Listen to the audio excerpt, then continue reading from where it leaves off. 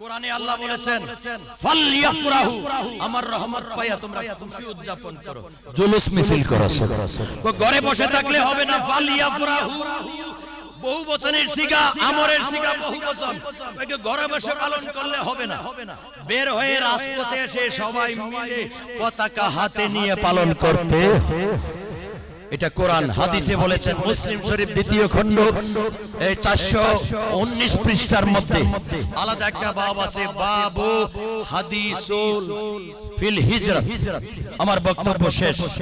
নবী যখন হিজরত করে মদিনায় গিয়েছেন, এখানে হাদিস শরীফ উল্লেখ করেছেন ফাসাইদার রিজালু ওয়ান নিসাউ ফাওকাল বুয়ুত।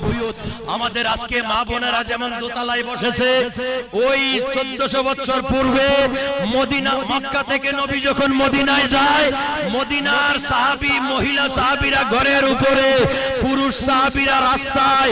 তখন তো কাপড়ের পতাকা ছিল না, খেজুর গাছের ডাল কাইটা তারা খেজুর গাছের ডালাকে নিশানা বানাইছিল। সুবহানাল্লাহ।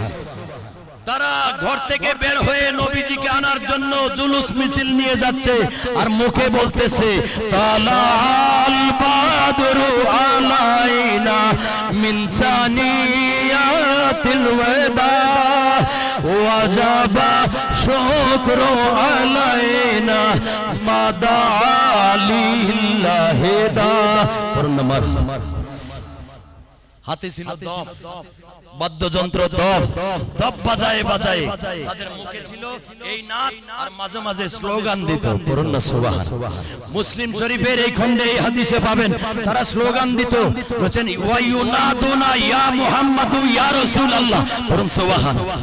তারা রাস্তায় ইয়া রাসূলুল্লাহ বলে বলে, কেউ খেজুরের ডাল হাতে নিয়ে, কেউ দফ নামক বাদ্যযন্ত্র বাজিয়ে জুলুস সহকারে আমার নবীকে মক্কা থেকে মদিনায় বরণ করেছে।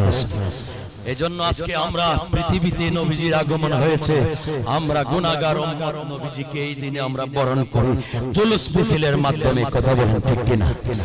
তারা কত মিছিল করে, দলিল লাগে না।